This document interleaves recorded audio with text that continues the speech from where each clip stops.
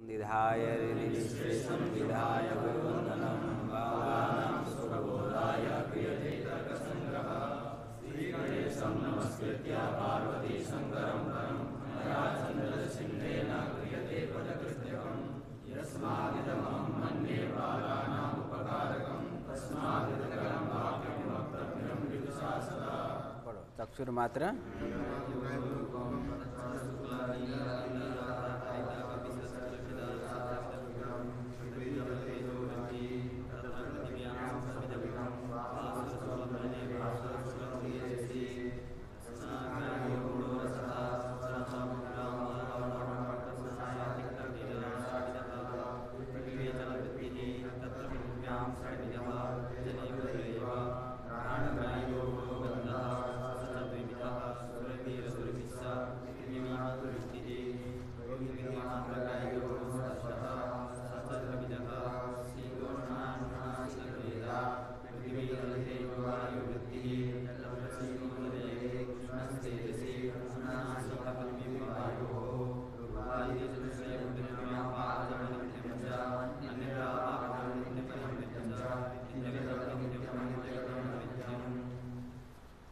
आगे है संख्या। हाँ बोलो बोलो पढ़ो। एकत्वादि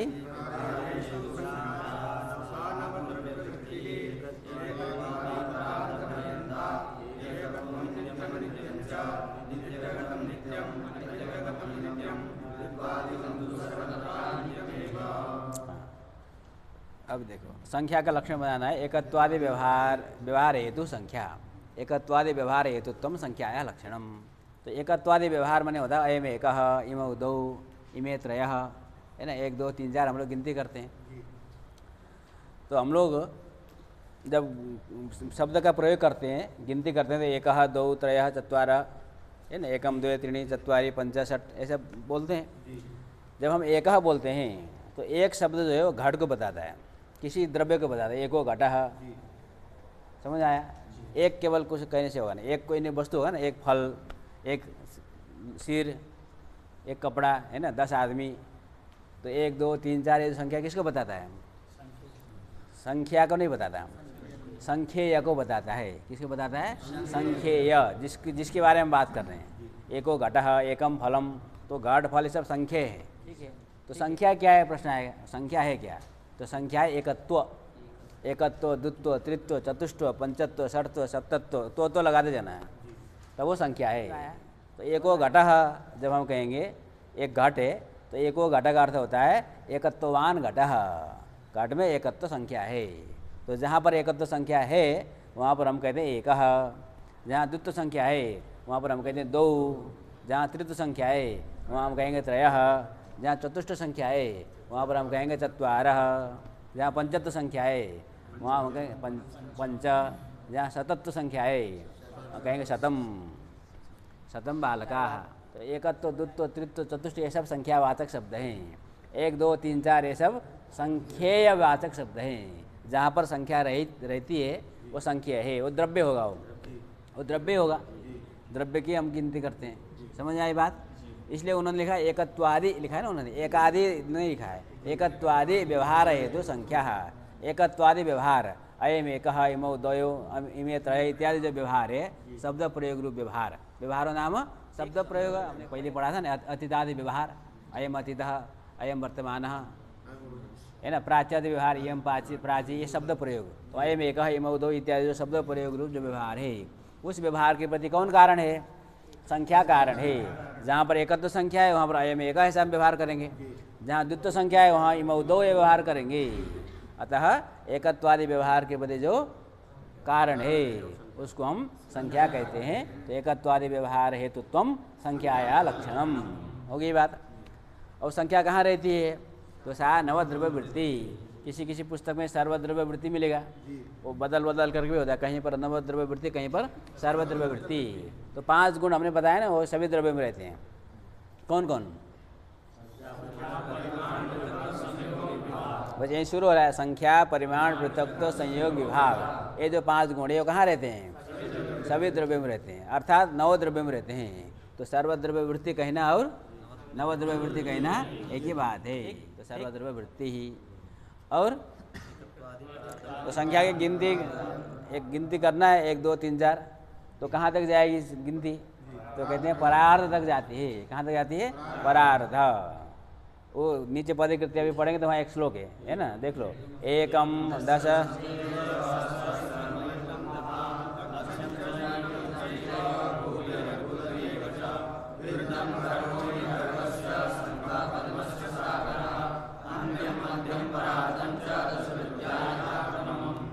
10 वृद्धिया। तो एकम, एक के पीछे शून्य लगा दो तो क्या हो जाएगा?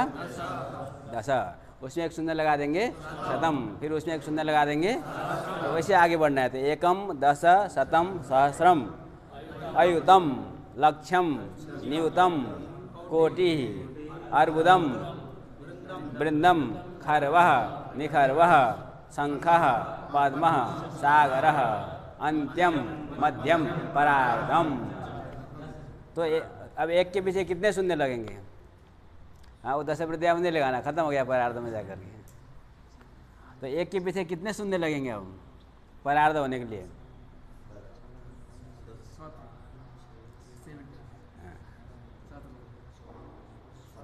17 शून्य लगेंगे। समझ में आया? तो एक को जोड़ देंगे तो 18 हो जाएगा, मतलब एक शून्य 17 हो जाएंगे।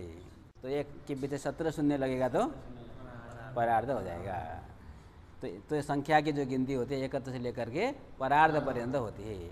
और वास्तव में परार्ध पर्यंत होती है ऐसी बात भी नहीं है, वहाँ सीमा समाप्त नहीं होती है, उसके आगे भी हम परार्ध के आगे भी जा सकते हैं। फिर भी हमारे व्यवहार, अभी के व्यवहार तो करोड़ से काम चल जाता है ना, 100 करोड़ 200 करोड़ 500 करोड़ 1000 करोड़, वो बस उतनी में चले जाते हैं। समझ में आया? लेकिन फिर भी आप यहाँ तक, इतना तो बहुत है परार्ध तक, लेकिन उसके आगे भी जाना चाहे तो जाया जा सकता है। लेकिन एक सामान्यतः मान लिया कि चलो हम यहाँ तक जाते हैं। तो एकत्वादि परार्ध पर्यंता, तो एकत्व से लेकर के परार्ध पर्यंत संख्या की का जो अवधि है, उसके आगे है। और उसमें जो एकत्व संख्या है वो 2 प्रकार की संख्या है, 2 प्रकार की एकत्व संख्या है, नित्य और अनित्य। कोई एकत्व नित्य है, कोई एकत्व अनित्य है। जैसे घट है तो घट में जो एकत्व है वह अनित्य है, उसका नाश हो जाएगा। कब नाश हो जाएगा? जब घट नाश हो जाएगा तो एकत्व का भी नाश हो जाएगा, क्योंकि एकत्व संख्या का आश्रय नष्ट हो गया तो वो भी संख्या का भी नाश हो जाएगा। समझ में आया? और एक आकाश है, आकाश भी एक है, तो आकाश में कौन सी संख्या है? एकत्व संख्या। तो आकाश में रहने वाली जो एकत्व संख्या वो नित्य है। तो नित्यगतम नित्यम, अनित्यगतम अनित्यम। नित्य में रहने वाली एकत्व संख्या नित्य है, अनित्य में रहने वाली एकत्व संख्या अनित्य है। तो एकत्व संख्या 2 प्रकार का, 2 प्रकार के, नित्य और अनित्य। द्वित्वादिकम तु सर्वत्र अनित्यमेव। और द्वित्व से लेकर के परार्ध पर्यंत जो भी संख्या है वो कहीं भी रहे, नित्य में रहे अथवा अनित्य में रहे, वह अनित्य ही है। समझ में आई बात? जैसे 2 घट है तो 2 घट में क्या रहेगी? द्वित्व संख्या रहेगी। वो द्वित्व संख्या कब नष्ट हो जाएगा? इतना लंबा रहता नहीं है द्वित्व संख्या। देखो, द्वित्व संख्या की उत्पत्ति कब होती है? वो वस्तु पर आधारित नहीं है। एकत्व संख्या वस्तु पर आधारित है। ठीक है, एक घड़ा है तो उसमें एकत्व है, इसमें भी एकत्व है, सब में एकत्व रहता है। एकत्व सब में है, हम लोग बनाते नहीं है। ठीक है, लेकिन जो द्वित्व होता है वो हमारी अपेक्षा के अनुसार उत्पन्न होती है। यहाँ किसी ने, हमको 2 लोग चाहिए तो हम कहेंगे 1 1 2, तो हमारे लिए बस उन 2 में द्वित्व है। किसी को 3 चाहिए तो वो त्रित्व गिनेगा। जब हम गिनना शुरू करें ना 1 2 3 4, तो हमने 2 को गिना 1 2, ये हमारी अपेक्षा हुई पहले, इसको बदले अपेक्षा बुद्धि। अयम एकः अयम एकः, ए एक ए एक, तो दोनों को जोड़कर हमने क्या बना दिया? वो द्वित्व हमने उत्पन्न किया है। द्वित्व उसमें स्वाभाविक रूप में विद्यमान नहीं है, हमारी अपेक्षा से द्वित्व की उत्पत्ति होती है। और हमारी जब अपेक्षा खत्म हो जाएगी, हमको गिनती उनती नहीं करनी है, बस एक है एक है, समझ में आया? तब वहाँ द्वित्व का नाश हो जाएगा। अपेक्षा बुद्धि के द्वारा द्वित्वादयो परार्धांता अपेक्षा बुद्धिजा मताः। अपेक्षा बुद्धि नाशाच नाशस्तेषां निरूपितः। लिख लो, कार्य का है, फिर भी काम का है। अब देखो, आकाश में एकत्व है कि नहीं है? द्वित्व है कि नहीं? तो जब हम कहेंगे एकः आकाशः एकः कालः, है ना, इमौ द्वौ, आकाश और काल कितने हैं? एक आकाश एक काल, एक कितने हो गए? 2 हो गया। तो द्वित्व संख्या कहाँ है? दोनों में है ना? नहीं है तो कैसे कहते हैं कि द्वित्व नहीं है काल में, आकाश में? हमारे अपेक्षा से जो द्वित्व उत्पन्न हुआ आकाश में उत्पन्न हुआ। कहाँ उत्पन्न हुआ? वो द्वित्व तो वहीं रहता है, आकाश में द्वित्व है। वो हमारे अपेक्षा हमने जब गिना ना आकाश और काल कि कोई कहेगा आकाश काल और दिक्, तो उसमें त्रित्व की उत्पत्ति होगी। उस व्यक्ति की अपेक्षा से त्रित्व उत्पन्न होगा, उसी में द्रव्य में उत्पन्न होगा। समझ में आया? आकाश काल दिक् आत्मा तो चतुष्ट हो गया। ठीक, तो आकाश एक है, एक घट है, कितने हो गए?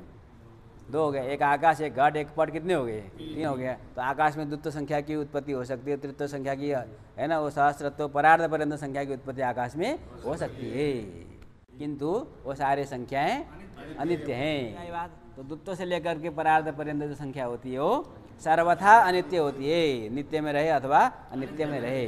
किंतु जो एकत्व संख्या है वो नित्य में रहने वाला एकत्व नित्य है, अनित्य में रहने वाला एकत्व अनित्य है। एकत्व हमारी अपेक्षा के द्वारा उत्पन्न होने वाली संख्या नहीं है। घट एक है तो उसमें एकत्व स्वाभाविक रूप में विद्यमान है। तो जब तक घट है तब तक एकत्व है, जब घट नष्ट हो जाएगा एकत्व का भी नाश हो जाएगा। तो ये हो गई संख्या। पढ़ो। एकत्वादि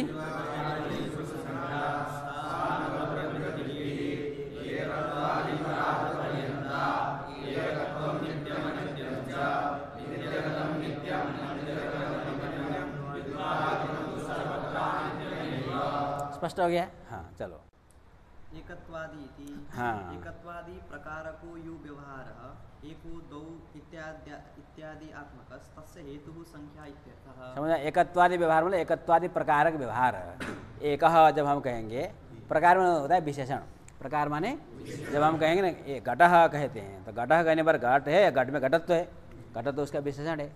प्रकार विशेष की चर्चा और आगे हम थोड़ा आगे विशेष रूप से करेंगे, बाद में समझ लेंगे और विशेष रूप से प्रमा के लक्षण जब आएगा तब।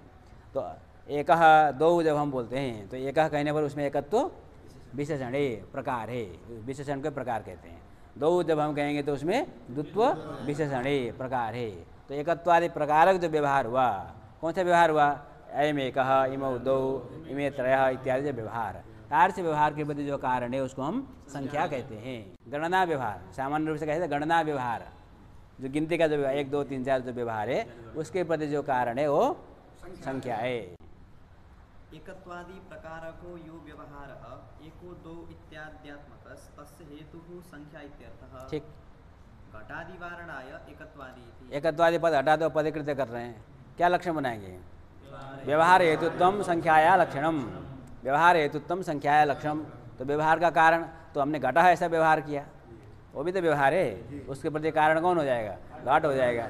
इसलिए कहा एकत्वादि व्यवहार हेतुत्वम कहना चाहिए, तो घट में लक्षण नहीं जाएगा। ठीक। घटादि वारणाय एकत्वादि इति। हाँ। कालादि वारणाय असाधारणेत्यपि देयम्। देखो अब एकत्वादि व्यवहार हेतुत्वम कहेंगे तो काल सबके प्रति हेतु है। कोई भी कार्य उत्पन्न होता है दुनिया में उन सब के प्रति काल कारण होता है, और वो काल साधारण कारण है। काल क्या है? साधारण कारण कौन कौन से मालूम है? कौन कौन है?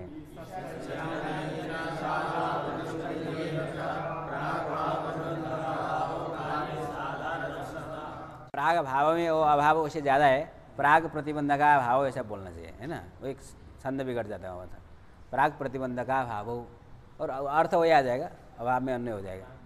ठीक है।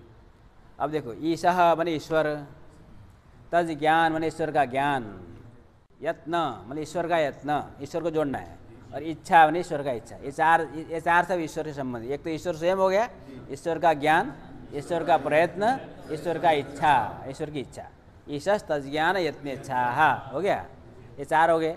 कालो काल हो गया, अदृष्टम माने धर्माधर्म, और दिक् दिगे बचा, कितने हो गए? 8 हो गया। इधर 4 हो गया, काल हो गया एक, अदृश्य एक ही हो मिला करके हो। ठीक है 7, और ये दिक् हो गया, इधर 3 हो गया, ये 7 हो गए। और प्राग भाव और प्रतिबंधक भाव, ये दोनों जोड़ देंगे तो 9 हो जाएंगे। एक कार्य साधारणा स्मृता, कोई भी कार्य उत्पन्न होता हो दुनिया में ये 7 कारण उनमें होते ही होते हैं। 7 हो गया कि 9 हो गया? 9। तो कोई भी कार्य उत्पन्न हो दुनिया में ये 9 उनमें कारण होते ही होते हैं। इनको कहते हैं साधारण कारण। घट उत्पन्न हो रहा है, चाहे बहुत बड़ा बिल्डिंग बन रहा हो, ईश्वर, ईश्वर का ज्ञान, ईश्वर की इच्छा, ईश्वर का प्रयत्न, काल दिक, अदृष्ट, प्राग भाव और प्रध्वंसा भाव। प्रध्वंसा ने प्राग भाव और प्रतिबंध का अभाव, क्योंकि प्रतिबंधक रहेगा तो कार्य उत्पन्न, वो प्रतिबंधक का अभाव चाहिए, और उत्पत्ति होने से पूर्व का जो अभाव होता है वो प्राग भाव भी चाहिए। ये दो अभाव है। बाकी ईश्वर के ज्ञान, इच्छा, प्रयत्न, विचार, काल और दिक और अदृष्ट, ये सारे कार्य के प्रति कारण होते हैं। इसलिए इनको हम कहते हैं साधारण कारण। क्या कहते हैं? साधारण कारण। तो अब ये काल को ले लिया, ईश्वर को भी ले सकते हैं, दिक को भी ले सकते हैं, तो वो क्या होगा? एकत्वादि व्यवहार के प्रति काल आदि कारण होंगे कि नहीं होंगे? वो सबके प्रति कारण है, तो एकत्वादि व्यवहार के प्रति भी कारण है, तो ये लक्षण कहाँ चला जाएगा? काल में चला जाएगा। ये सब साधारण कारण में चला जाएगा। काल मतलब ये सब ठीक 9 में चला जाएगा, तो अधिव्याप्ति होगी। इसके लिए हमको क्या कहना चाहिए? असाधारण कारणत्वम। ये तो शब्द का अर्थ करना चाहिए असाधारण कारणत्वम। तो एकत्वादि व्यवहारा साधारण कारणत्वम संख्याया लक्षणम। जब ऐसा लक्षण बना देंगे तो काल आदि सब क्या है? साधारण कारण है, तो उनमें लक्षण नहीं जाएगा, तो अधिव्याप्ति नहीं होगी। ठीक। कालादि वारणाय असाधारणम इत्यपि देयम। हाँ, ननु संख्यायाः अवधिरस्ति नवा इत्यतः एकत्वात्। किसी पूछा कि संख्या की अवधि है कि नहीं, 1 2 3 4 कहाँ तक गिनना है? तो कहा कि परार्ध पर्यंता। तथा च एकं दशशतं चैव सहस्रम् अयुतं तथा लक्ष्यं च नियुतं चैव कोटिरर्बुदमेव च वृन्दं खर्वो पद्मश्च सागरः अन्त्यं मध्यं परार्धं च दशवृद्ध्या यथा क्रमम्। 10 वृद्धिया है ना, 10 वृद्धि करते, 10 गुना वृद्धि करना है। 0 लगा दें तो 10 गुना वृद्धि हो जाता है। ठीक। इति महदुक्तेः परार्धपर्यन्तैव संख्या इति भावः। इति महदुक्ते, किसी महापुरुष ने कहा है, इसी का आधार मान करके हम परार्ध पर्यंत संख्या को मानते हैं। लेकिन हमको पता है कि अंतिम सीमा ऐसी बात नहीं है, उसके आगे भी कोई जाना चाहे तो जा सकता है। ठीक। ये व्यवहार के लिए हमने इतना मान लिया। ठीक। चलो, मानव व्यवहारा साधारणम कारणम परिमाण। संख्या के बाद आया परिमाण, तो मान व्यवहार। तो मान व्यवहार मतलब हो गया मापना, छोटा बड़ा, लंबा चौड़ा, ये मान व्यवहार है। तार्च व्यवहार के प्रति जो असाधारण कारण है उसको हम कहते हैं परिमाण। किसी का परिमाण बड़ा है, किसी का छोटा है, कोई लंबा है, कोई चौड़ा है ना। तो हम जो मान व्यवहार करते हैं वो किसके आधार पर करते हैं? उसके परिमाण के आधार पर करते हैं। कितना किलो है वजन, है ना, चौड़ा लंबाई चौड़ाई कितनी है, तो ये हो गया उसका परिमाण के आधार पर हम मापन करते हैं। तो मान व्यवहार है ना, मान व्यवहार हो गया अयम महत, ये बड़ा है, अयम ह्रस्व, ये छोटा है, अयम अणु, ये सूक्ष्म है, अयम दीर्घ, ये 4 प्रकार के व्यवहार होने हैं। अणु, महत, ह्रस्वम, दीर्घम, ये 4 प्रकार के परिमाण होते हैं। आगे उन्होंने कहा ये तत्चतुर्विधम अणु, महत, ह्रस्वम, दीर्घम चेति। अयम अणु, अयम महान, अयम ह्रस्व, अयम दीर्घ इत्यादि जो हम व्यवहार करते हैं, ये छोटा बड़ा लंबा चौड़ा, ये व्यवहार के प्रति कारण कौन है? परिमाण है। उसका जो परिमाण देख करके उसके आधार पर हम छोटा बड़ा आदि व्यवहार करते हैं। अतः मान व्यवहार का जो असाधारण कारण है उसी को हम कहते हैं परिमाण। तो परिमाण का लक्षण बनेगा मान व्यवहार साधारण कारणत्वम परिमाणस्य लक्षणम। ठीक। मानव व्यवहार साधारणम कारणम परिमाणम नवद्रव्य वृत्ति तत्चतुर्विधम अणु महत दीर्घम ह्रस्वं चेति। ठीक है, वो 9 द्रव्य में तो हमको मालूम है संख्या, परिमाण, पृथकत्व, संयोग, विभाग। यहाँ तक वो सब जगह ही बोलेंगे नवद्रव्य वृत्ति, सर्वद्रव्य वृत्ति। ठीक। और ये परिमाण 4 प्रकार के हैं। इन्होंने लिखा है अणु, महत, दीर्घम, ह्रस्वम, लेकिन ये भाव प्रदान निर्देश है। क्या है? भाव प्रदानो निर्देश। इसका अर्थ समझना चाहिए कि अणुत्व, महत्व, दीर्घत्व, ह्रस्वत्व। तो अणुत्व परिमाण होता है, अणु परिमाण, अणु कोई द्रव्य होता है। ऐसे हमने कहा एको घट, एक शब्द घट को बताता है, संख्या को बताता है, तो उसमें संख्या एकत्व है। उसी प्रकार से अणु कोई द्रव्य होता है, अणु एक महा, अयम अणु, अयम महा, किसी द्रव्य को लेकर हम कहेंगे, किंतु उसमें रहने वाला जो परिमाण है वो अणुत्व परिमाण है, महत्व परिमाण है, ह्रस्वत्व परिमाण है और दीर्घत्व परिमाण है। ठीक। मानेति मानं परिमितिस्तस्य यो व्यवहारः इदं महत् इदं अणु इत्याद्यात्मकः तस्य कारणं परिमाणम् इत्यर्थः। ठीक है, मानम माने परिमिति, मापना, छोटा बड़ा, इदम महत, इदम अणु इत्यादि व्यवहार। तार्च व्यवहार के प्रति जो असाधारण कारण गुण है उसको हम परिमाण कहते हैं। दंडादि वारणाय मानेति। मान हटा दो, क्या लक्षण बनेगा? व्यवहारा साधारण कारणत्म। तो ये घाट में जाएगा, अयम दंड व्यवहार करेंगे, दंड में कहीं भी हम तो सब चीज़ का व्यवहार करते हैं, तो इसके लिए हमको मान शब्द लगाना चाहिए। तो मान व्यवहारा साधारण कारणत्म कहेंगे तो दंडादि में नहीं जाएगा। दंडादि वारणाय मानेति कालादि वारणाय असाधारणेति। है ना, यति अब असाधारण इसमें दिया है पहले से, नहीं तो देयम लिखते हो तो असाधारण हटा दो, क्या लक्षण बनेगा?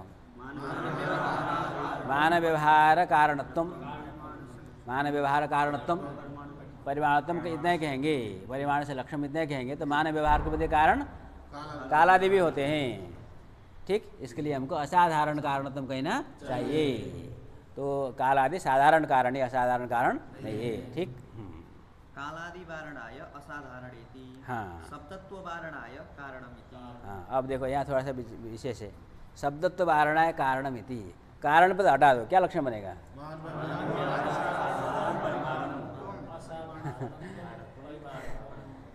देखो असाधारण जब हम कहते हैं ना, असाधारण, असाधारण कहने से दो चीज़ आता है, एक तो असाधारण कारण होता है, एक असाधारण धर्म होता है। असाधारण कारण, असाधारण धर्म, समझ में आया? जैसे घट है, घट का असाधारण धर्म क्या है? घटत्व है। घट में कौन रहता है? घट का, घट में केवल रहे ऐसा असाधारण धर्म है। असाधारण धर्म ही लक्षण है ना, तो घट का असाधारण धर्म घटत्व है, जो केवल घट में रहे अन्यत्र न रहे। और घट का असाधारण कारण दंड चक्र आदि जिससे घट की उत्पत्ति होती है। समझ में आया? यदि हम कारण पद नहीं देंगे तो जो वादी है, वादी भद्रम, उसको तो दोष देना है। आपने केवल कहा है असाधारण, तो असाधारण से हम क्या ले लेंगे? धर्म ले लेंगे। तो मान व्यवहार का असाधारण धर्म, अब आप बताओ मान व्यवहार का असाधारण धर्म कौन होगा? जैसे घट का असाधारण धर्म कौन होता है? तो मान व्यवहार का असाधारण धर्म कौन होगा? मान व्यवहारत्व। मान व्यवहार का असाधारण धर्म मान व्यवहारत्व है ना, होगा? समझ में आया? लेकिन इन्होंने लिखा है शब्दत्व। क्या लिखा है? शब्दत्व। क्यों लिखा है? क्योंकि देखिए मान व्यवहार क्या है? शब्द है ना, व्यवहारो नाम शब्द प्रयोग, तो व्यवहार शब्द रूप है, इसलिए शब्द में रहने वाला धर्म क्या हुआ? शब्दत्व। तो वहाँ पर दोनों बात कही जा सकती है। वो मान व्यवहारत्व में अभिव्याप्ति होती लिखते तो ज़्यादा सरल होता। शब्दत्व कहने पर थोड़ा सा जब तक नहीं समझ में आए, समझ में आने के बाद तो एक ही है। समझ में आया? तो मान व्यवहार का असाधारण कारण, कारण नहीं कहेंगे तो हम ले लेंगे धर्म। तो मान व्यवहार का जो असाधारण धर्म होगा वो मान व्यवहारत्व है। ठीक है, अर्थात मान व्यवहार क्या है? शब्द रूप है, तो शब्द में रहने वाला धर्म शब्दत्व है।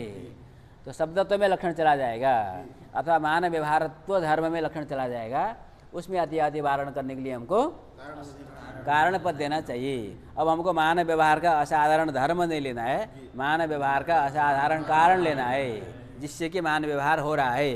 वो मान व्यवहार किससे हो रहा है? परिमाण से हो रहा है, तो परिमाण में लक्षण जाएगा, वो शब्दत्व में लक्षण नहीं जाएगा। अतः कारण पद देना चाहिए। ठीक, शब्दत्व वारणाय कारणमिति। हाँ, नवद्रव्येति चतुर्विधमपि परम मध्यम भेदेन द्विविधम। अब देखिए ये जो परिमाण है ना, 4 प्रकार का बताया इन्होंने, तो उसको हम बांट करके 8 बना देंगे, परम और मध्यम जोड़ देंगे सब में। क्या करेंगे? तो कितने हो जाएंगे? देखो महत्व है तो परम महत्व, मध्यम महत्व, दोनों को तोड़ दो। दीर्घत्व है, परम दीर्घत्व, मध्यम दीर्घत्व, तो 4 में सब में परम और मध्यम लगा देंगे तो कितने हो जाएंगे? 8 प्रकार के हो जाएंगे। अब 8 प्रकार के परिमाण कौन कौन कहाँ कहाँ रहेंगे ये हमको समझना है, तो उन्होंने वहाँ पर समझाया है। चतुर्विधमपि परम मध्यम भेदेन द्विविधम तत्र परमाणुत्व रस्वत्वे परमाणु मनसो। देखो परम, अब पहले अणुत्व को लिया इन्होंने। अणुत्व जो परिमाण है उसका 2 भाग करो।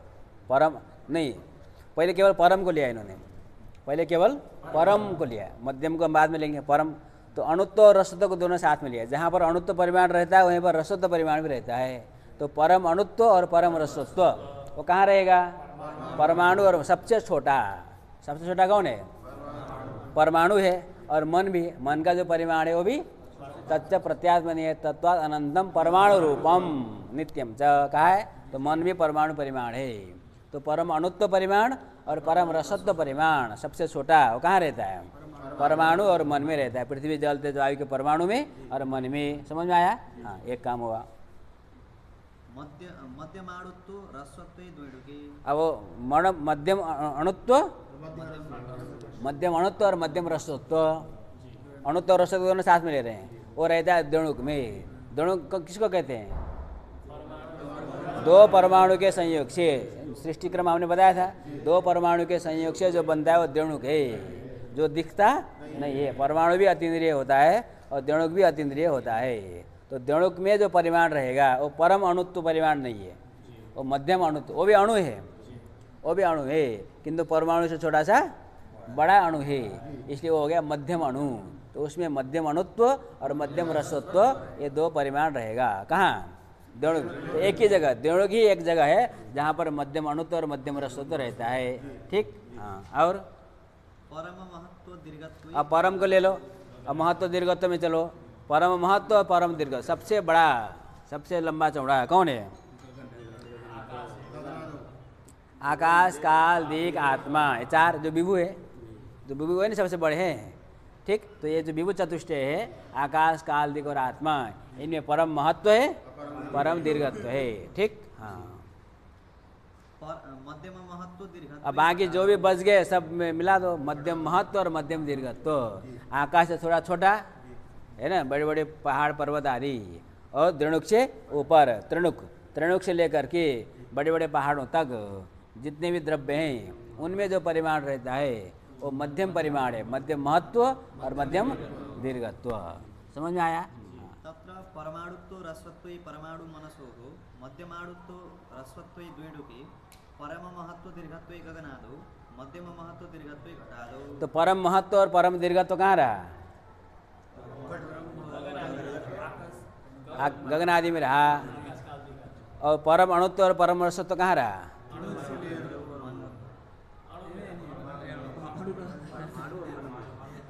परम अणुत्व और परम रसत्व परमाणु और मन में रहा। ठीक है। मध्यम अणुत्व कहाँ रहा? द्रवणुक में रहा। मध्यम महत्व कहाँ रहा? घटपट आदि में, घटपट आदि में, बीच वाले सब। समझ में आया? अब देखो, अब हम कहते हैं परम परिमाण कहाँ रहता है? परम, परम से परम अणुत्व भी लेना है, परम महत्व भी लेना है। परम परिमाण कहाँ रहेगा? आकाश आदि में रहेगा और परमाणु में रहेगा ना। परमाणु का परिमाण भी तो परम परिमाण है, वो परम अणु है, वो परम महत है। तो परम परिमाण कहाँ रहता है? एक परम उधर है, एक परम इधर है। एक की सीमा जहाँ नीचे खत्म हो रही है, एक की सीमा ऊपर, वो दोनों परम है। एक छोर इधर, दूसरा छोर उधर। तो परम अणु है ना, परम जो महत्व है आकाश आदि में, और परम जो अणुत्व है रसत्व है परमाणु में। तो परमाणु का परिमाण और आकाश आदि का परिमाण वो परम परिमाण है। क्या है? परम परिमाण। ठीक। अब देखो, जहाँ पर परम परिमाण रहता है वो नित्य होता है। समझ आया? जहाँ पर वो नित्य होता है, समझे? अब मध्यम परिमाण कहाँ रहता है? द्रवणुक में है कि नहीं? द्रवणुक में, द्रवणुक में भी मध्यम है, वो मध्यम अणुत्व है। और घटपट आदि में भी मध्यम परिमाण है। जहाँ मध्यम परिमाण रहेगा वो अनित्य होगा। समझ में आया? जहाँ पर मध्यम परिमाण रहता है वो, इसलिए नैयायिक आत्मा को मध्यम परिमाण वाला नहीं मानते हैं। चलो, एतन् मौक्तिकाद् इदं मौक्तिकम् अणु इति व्यवहारस्य अपकृष्ट महत्वाश्रयत्वाद् गौणत्वं बोध्यते। अब किसी ने अब ये प्रश्न किया, आपने कहा कि चलो ठीक है, हमने जान लिया कि ये कौन कौन से परिमाण कहाँ कहाँ रहता है, लेकिन हमारा व्यवहार जो है आप जैसे बता रहे हैं ऐसा नहीं हो रहा है। व्यवहार क्या है? एतन मौक्तिकान एतन मौक्तिकम अणु, एक मोती है, दो मोती, एक बड़ी मोती है, एक छोटी मोती का दाना है। तो हमने कहा ये जो छोटी वाली मोती है एतन मौक्तिकम, ये जो मोती है एतन मौक्तिकात अणु, इस मोती से अणु है, ऐसा हम बोलते नहीं बोलते हैं। अब ये जो छोटी वाली जो मोती है इसमें कौन सा परिमाण है? अणुत्व परिमाण है कि महत्व परिमाण है?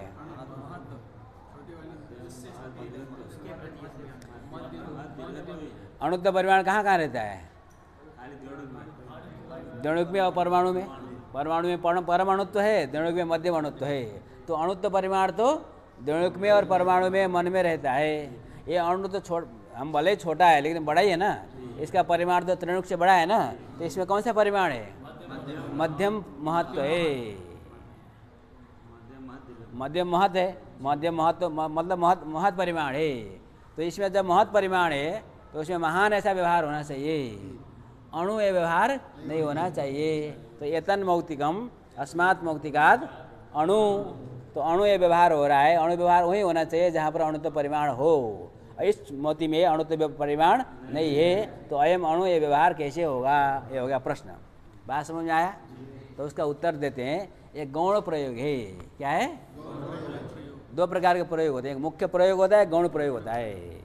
तो ये जो प्रयोग है गौण प्रयोग है, वो वास्तव में उसमें अणुत्व परिमाण नहीं है, फिर भी अणु इस व्यवहार इसलिए किया जा रहा है कि दूसरे की महत्व, दोनों में महत्व है, दोनों में, किंतु इसके महत्व की अपेक्षा इसका जो महत्व है थोड़ा न्यून है, अपकृष्ट है, उसको बताने के लिए अणु शब्द का वहाँ पर प्रयोग किया गया है। अणु कहने का अर्थ उसमें अणुत्व परिमाण है ऐसा तात्पर्य नहीं है, वहाँ क्योंकि तुलना की जा रही है, तो दोनों में महत्व परिमाण है, तो दोनों बराबर हो जाएंगे फिर तो एक छोटा है एक बड़ा है, एक का परिमाण थोड़ा अपकृष्ट है, दूसरे का परिमाण थोड़ा उत्कृष्ट है, ऐसा बताने के लिए, अपकृष्ट परिमाण को बताने के लिए अणु शब्द का प्रयोग किया गया है। अतः वो मुख्य प्रयोग नहीं है, गौण प्रयोग है, वो मुख्य प्रयोग नहीं है, लाक्षणिक प्रयोग है ना। गंगायम घोषः, तो गंगा में घर है, इसका मतलब गंगा में थोड़ा है, उसके किनारे में, समझ में आया? इसलिए वो मुख्य प्रयोग नहीं है, तो व्यवहार करने में कोई बाधा नहीं है, किंतु दोनों में महत्व परिमाण है, मध्यम महत्व, अणुत्व नहीं है। उसी पर दूसरा उदाहरण दिया है, एतन् मौक्तिकात् इदं मौक्तिकम् अणु इति व्यवहारस्य अपकृष्ट महत्वाश्रयत्वात् गौणत्वं बोध्यम्। हाँ। एवमेव केतनाद् व्यजनं ह्रस्वम् इत्यत्रापि निकृष्ट दीर्घत्वात् गौणत्वं। हाँ, यहाँ में देखो एक और दूसरा, केतनाद व्यजनम ह्रस्वम, एक होता है केतन, एक होता है व्यजन, है ना। ये जो पंखा घूम रहा है व्यजन है, और बहुत बड़ा हो जाएगा तो केतन है। समझ आया? जैसे राजा महाराजा को बड़ा पंखा होता है ना ऐसे लोग, तो वो क्या हो गया? केतन हो गया। और वो छोटा आप लोग हाथ में लेकर ऐसे डालते हैं, हवा लगाते हैं ना, उसमें पंखा रखते हैं, बहुत बड़ा होता है। हाँ, वो भी हो जाएगा अभी। तो केतनाद व्यजनम ह्रस्वम, तो केतन माने ध्वजा भी हो गया, बड़ा जो पंखा है उसको भी आप केतन कह सकते हैं। व्यजन माने जो छोटा सा है, हाथ से हम लोग डालते हैं, समझ आया? तो केतन से व्यजन ह्रस्व है, हमने कहा छोटा है, ठीक है। केतन बड़ा है और व्यजन ह्रस्व है। अब प्रश्न आएगा कि वो जो व्यजन है भले छोटा है, किंतु उसका परिमाण तो ह्रस्वत्व परिमाण तो है नहीं, ह्रस्वत्व परिमाण तो परमाणु और द्विणुक में रहता है, तो व्यजनम ह्रस्वम व्यवहार नहीं होना चाहिए। कैसे हुआ ये प्रश्न है, तो उसका वही उत्तर है कि उसमें अपकृष्ट दीर्घत्व बताना तात्पर्य है, इसलिए वो गौण प्रयोग है, मुख्य प्रयोग नहीं है, ठीक। एवमेव केतनाद् व्यजनं ह्रस्वम् इत्यत्रापि निकृष्ट दीर्घत्वात् गौणत्वं। हाँ, हो गया, ये हो गया परिमाण। आगे चलो, पृथक व्यवहार साधारणं कारणं पृथक्त्वं। पृथक व्यवहार है ना, अयम अस्मात् पृथक, दो वस्तु है, एक घट एक पट है, घटः पटात् पृथक, पटः घटात् पृथक, ये जो व्यवहार होता है, तार से व्यवहार के प्रति जो कारण गुण है उसको हम पृथक तो कहते हैं, ठीक। सर्वद्रव्य वृत्ति पृथक भी सभी द्रव्य में है। पृथक इति अयम अस्मात् पृथक इति यो व्यवहारः तस्य कारणं पृथक्त्वम् इत्यर्थः। ठीक है, कारण से कौन सा कारण समझना है? असाधारण कारण, नहीं तो क्या हो जाएगा? काल आदि में लक्षण चला जाएगा, ठीक। दंडादि वारणाय पृथक इत्यादि। ये समझ में आया? केवल असाधारण कारण कहेंगे, दंड घट आदि में चला जाएगा। कालादि वारणाय असाधारणेति। ठीक। पृथक व्यवहारत्व धर्म वारणाय कारण। यहाँ इन्होंने पृथक व्यवहारत्व लिख दिया, ये असाधारण कारण नहीं कहेंगे तो हम असाधारण धर्म ले लेंगे, तो पृथक व्यवहार का असाधारण धर्म कौन हो जाएगा? पृथक व्यवहारत्व। तो पृथक व्यवहारत्व धर्म में अधिव्याप्ति होगी, उसके लिए हमको कारण कहना चाहिए, असाधारण कारण, ठीक। संयुक्त व्यवहार हेतु संयोग। ऐसा व्यवहार वाला जहाँ आएगा ना, वो एक ही प्रकार का पदिकृत सब जगह होना है। संयुक्त व्यवहार कब होता है? जब ये दो हाथ जुड़ जाएंगे। अभी इमव संयुक्त बोल सकते हैं, अब तो इमव संयुक्त, ये दो हाथ संयुक्त हो गए, तो इमव संयुक्त ये व्यवहार कब होगा? जब दोनों हाथ में संयोग होगा। जब संयोग नहीं होगा तो हम व्यवहार नहीं कर सकते। तो इमव संयुक्त, ये हो गया संयुक्त व्यवहार। तारे संयुक्त व्यवहार के प्रति कारण जो गुण है वो है संयोग, ठीक। हाँ, संयुक्त व्यवहार हेतु संयोग सर्वद्रव्य वृत्ति। संयोग भी सभी द्रव्य में रहता है। संयुक्तेति इमौ संयुक्तौ इति यो व्यवहारः तस्य हेतुः संयोग इत्यर्थः। ठीक है, हेतु से क्या लेना है? असाधारण कारण, ठीक, स्पष्ट है। बाकी सब पदकृत पहले की तरह समझ लेना है। दंडादि वारणाय संयुक्त व्यवहारेति। ठीक, संयुक्त व्यवहार हटा दे, केवल हेतु केवल कहो, अतः व्यवहार हेतु कहने पर भी दंड में चला जाएगा। कालादि वारणाय असाधारणेत्यपि देयम्। ठीक। संयुक्त व्यवहारत्वे व्यवहारत्वे धर्मे अतिप्रसक्ति वारणाय हेतुरिति। ये भी समझ में आया। असाधारण हेतु कारण नहीं कहेंगे तो धर्म ले लेंगे तो व्यवहारत्व में चला जाएगा। हो गया। तो ये क्या क्या हो गया आज हम लोगों का? संख्या, परिमाण, पृथक्त्व, संयोग। हो गया। चलो। ओम पूर्णमदः पूर्णमिदं पूर्णात् पूर्णमुदच्यते पूर्णस्य पूर्णमादाय पूर्णमेवावशिष्यते